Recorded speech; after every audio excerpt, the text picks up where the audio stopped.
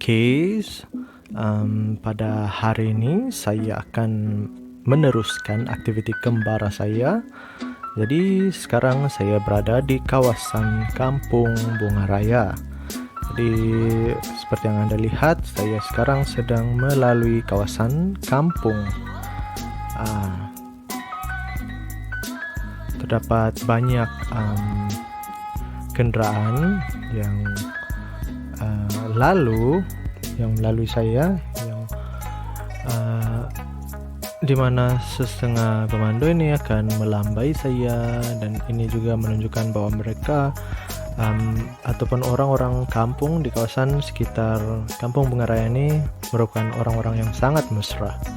Oke.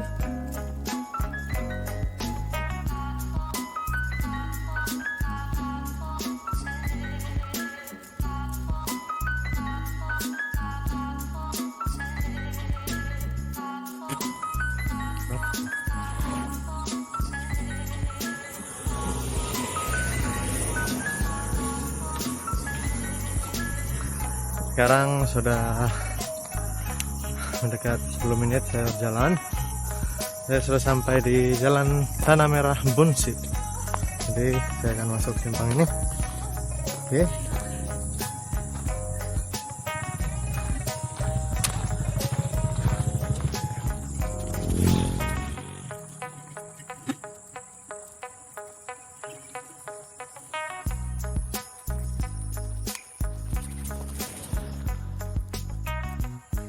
Oke, sekarang saya sudah berjalan selama 15 menit, dan apa yang boleh saya katakan, perjalanan ini agak penat juga lah.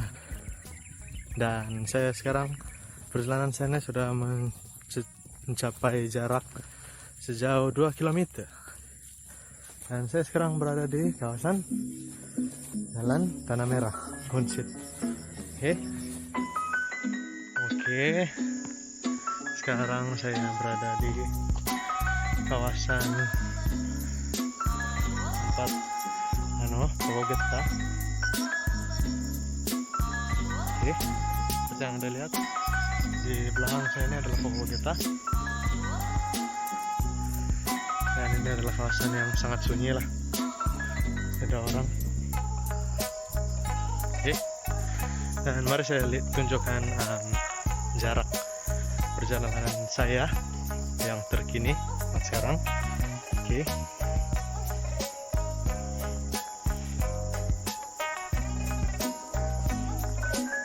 Oke, jadi sekarang jarak saya adalah sejauh 2,39 km, dan saya sudah berjalan untuk tempo masa selama 23 menit. Jadi ya,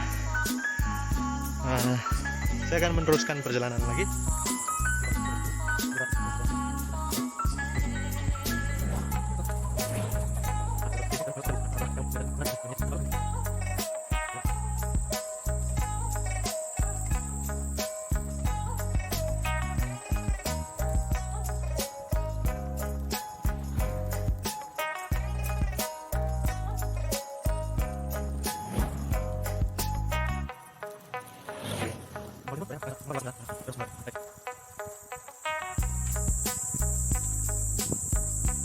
Oke,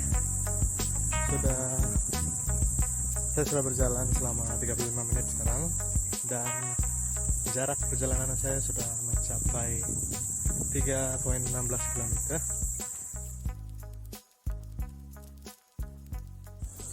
Oke, saya sudah berjalan selama 41 menit.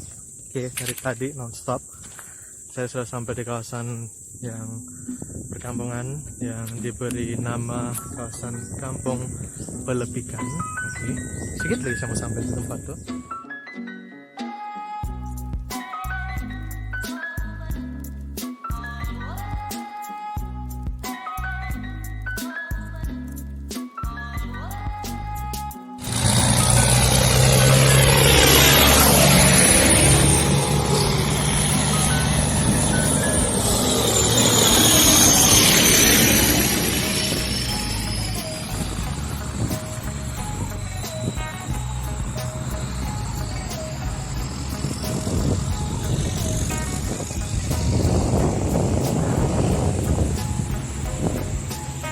Sampai sudah di pelepikan. Sinilah tempat mengambil bambu. Nah, inilah kawasan pelepikan nih, tempat kami selalu mengambil bambu. Dan sebenarnya jauh lagi di bawah tuh dia mau ambil, tapi untuk urusan kembaran nih, saya tidaklah mengambil bambu sebab saya sudah ada kumpulkan beberapa kayu api.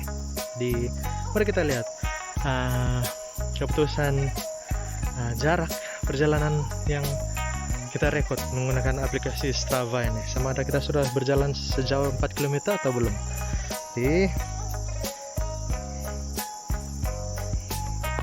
Ya, seperti yang Anda lihat. Oke, saya sudah berjalan sejauh 4,15 km dalam masa 49-50 menit begitulah. Jadi saya sudah capailah untuk mengembara sejauh 4 km. Iya.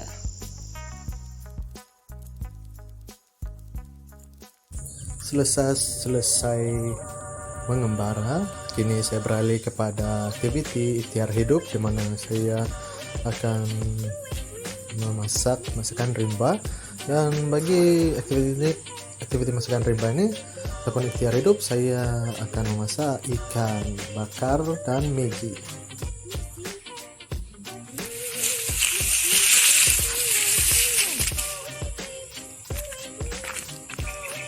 Seperti yang Anda lihat, saya berjaya menangkap 2 ekor ikan. Cukuplah untuk lauk saya pada tengah hari ini. Sekarang saya sedang cari beberapa kayu api untuk dijadikan bahan bakar untuk saya memasak. Oke, dan nah ini kayunya yang begini kan, saya boleh ambil nih untuk bikin kayu api. Kenapa? Apa petanda dia kayu begini? Kalau kayu begini yang jatuh di tanah, bermaksud tuh ranting sudah tua dan sudah mati. Jadi bila ranting tua dan mati, dia senang atau mudah terbakar. Jadi kita boleh gunakan untuk kayu api kita, sebagai kayu api.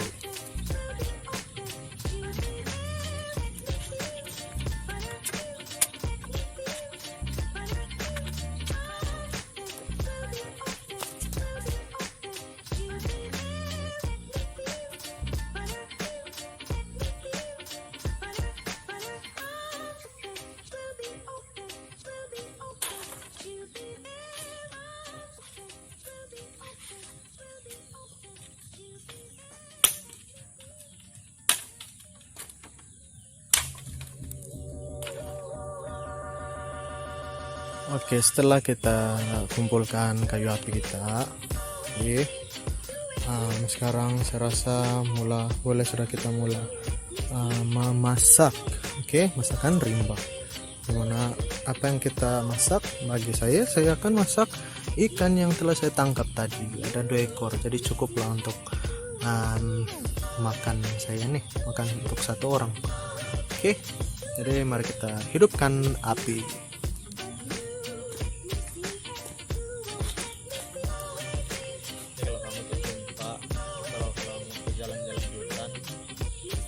Kamu jumpa koko geta, gela orang tore geta lengan, dia akan tinggalkan kepingan geta, sisa-sisa geta. Jadi bila dia sudah kering, kamu ambil nih, sebab dia akan bahan bakar yang baik untuk memulakan api kamu, untuk mula menghidupkan api. Oke, jadi sekarang saya akan mulakan cara untuk memasang atau menghidupkan api. Pertama, kamu disusun dulu kayu-kayu hasil dulu. Pastikan ada batu-batu lah sudah. Ya, ini letak tepi dulu. Susun dulu. Pastikan bila kamu susun kayu api, jangan susun dia bertindih-tindih macam begini. Selang begini, terus kamu expect dia untuk hidup, tidak boleh. Kamu mesti ingat, bila kita membakar, bahan yang diperlukan untuk pembakaran apa? Oksigen. Jadi kita perlu bagi ruang untuk api kita bernafas. Kita mau bagi dia oksigen juga untuk dia membakar. Untuk bahan kayu-kayu ini kita bakar, dia perlu oksigen. Jadi kalau kamu susun kayu-kayu itu rapat-rapat, tidak ada oksigen masuk, tidak boleh terbakar lah api. Oke? Susun dulu kayu. Ini bekas saya sudah beberapa kali membakar lah, sudah buat senarnya nih. Masih ada banyak, tapi hari ini saya rakam cara saya memasak atau memulakan api, cara saya memasak di kanan saya. Semua buat lalu contoh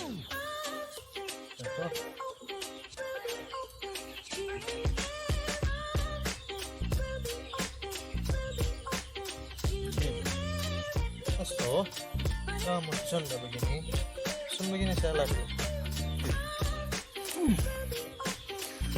Oke, sanda begitu. So, letaklah dia punya apa nih? Getah, lebihan getah di dalam pas kamu sudah bakar ya. Itu. Lepas itu kamu sunlah kayu tuh di depan, di atas, oke? Oke.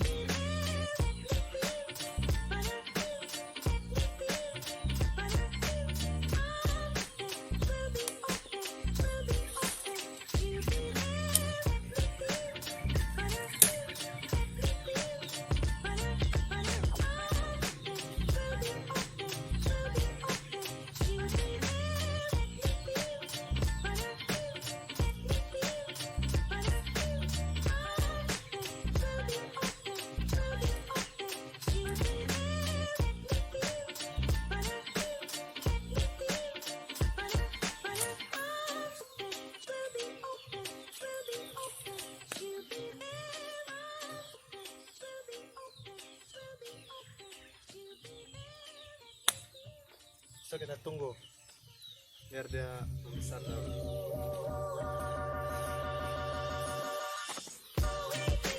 Oke, sesudah itu kita boleh sudah start memasak lagi. Nah, kita sediakanlah mangkuk dan juga air. Oke.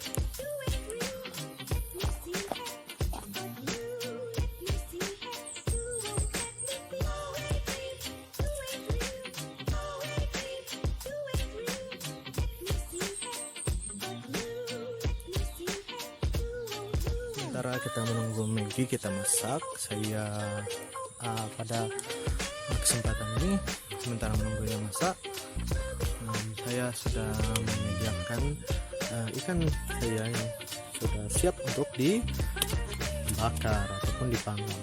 Sudah mencari 2 batang bambu ini untuk dijadikan tempat saya cucuk ikan ini dan saya akan bakar ya.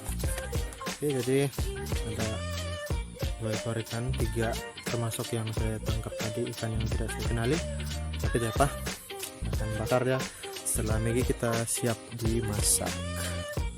Iya, nampaknya Maggi kita sudah mulai mendidih dan menandakan ia sudah siap dan boleh sudah dihidang. Oke, sekarang kita akan mulai membakar ikan.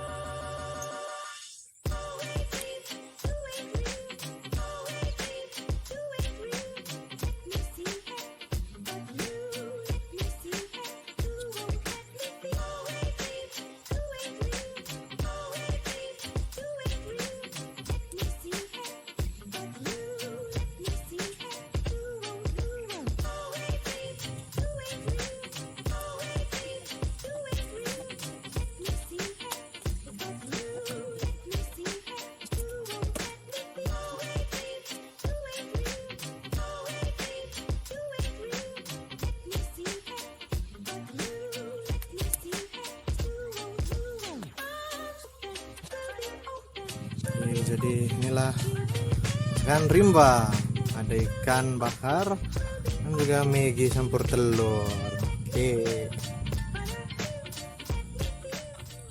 Oke, untuk refleksi bagi aktiviti kembara dan ikhtiar hidup, saya akan mulakan dengan aktiviti kembara saya. Jadi dari segi refleksi, apa yang saya pelajari daripada aktiviti kembara itu ialah sebagai seorang guru, kita perlulah sentiasa bersedia untuk menghadapi cabaran. Kenapa saya berkata demikian? Oke, andai katalah kita ditempatkan di kawasan pedalaman ataupun di kawasan yang terpencil, di mana kendaraan itu sukar untuk didapati. Jadi apa inisiatif kita untuk pergi ke sekolah dan mengajar anak-anak murid kita? Apakah kita akan berputus asa? Oh, saya tidak ada kereta, jadi dan jalan ke sekolah juga sangat buruk. Jadi adalah lebih baik untuk saya berdiam diri di rumah. Bagi saya tidak.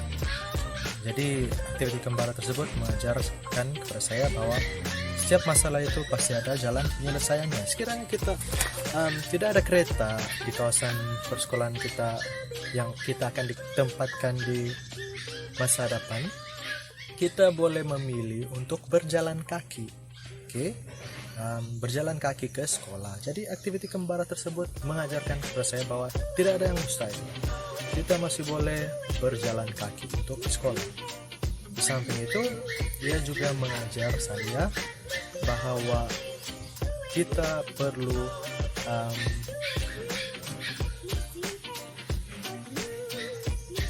membina hubungan yang positif dengan di kawasan setempat kita. Bagi saya kawasan di mana saya melaksanakan aktiviti kembara itu ialah di kawasan yang saya tidak berapa tahu, ataupun tempat itu adalah asing bagi saya. Jadi bak kata pepatah, masuk kandang kambing mengembe, masuk kandang kerbau menguap. Jadi kita sebagai seorang guru, dimanapun kita ditempatkan, kita perlu boleh mengadaptasi dengan di mana saja kita ditempatkan.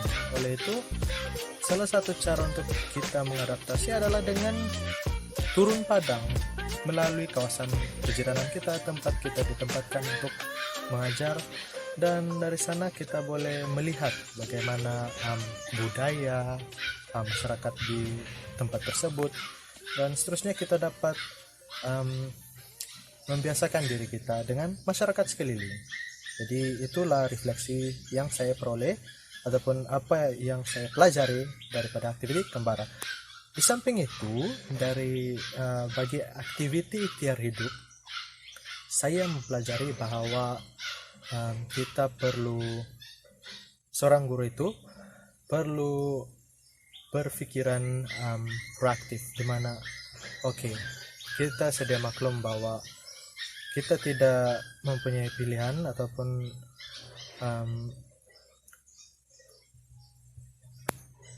keistimewaan untuk memilih tempat untuk kita di posting apabila kita sudah graduate. Jadi sekiranya kita di posting di tempat yang di kawasan pedalaman dan kebetulan tidak ada facility ataupun kemudahan seperti bekalan air dan juga dapur ataupun tempat untuk memasak, jadi itulah apa yang saya pelajari daripada aktiviti ikhtiar hidup. Kita mesti memikirkan boleh untuk mencari ikhtiar untuk meneruskan kehidupan. Kalau kita tidak ada dapur, gas, jadi kita sentiasa ada pilihan untuk memasak menggunakan kayu api untuk meneruskan kehidupan kita lah. Nah, itulah yang saya pelajari dari aktiviti ikhtiar. Jadi demikianlah sesi refleksi bagi aktiviti kembara dan ikhtiar hidup daripada saya.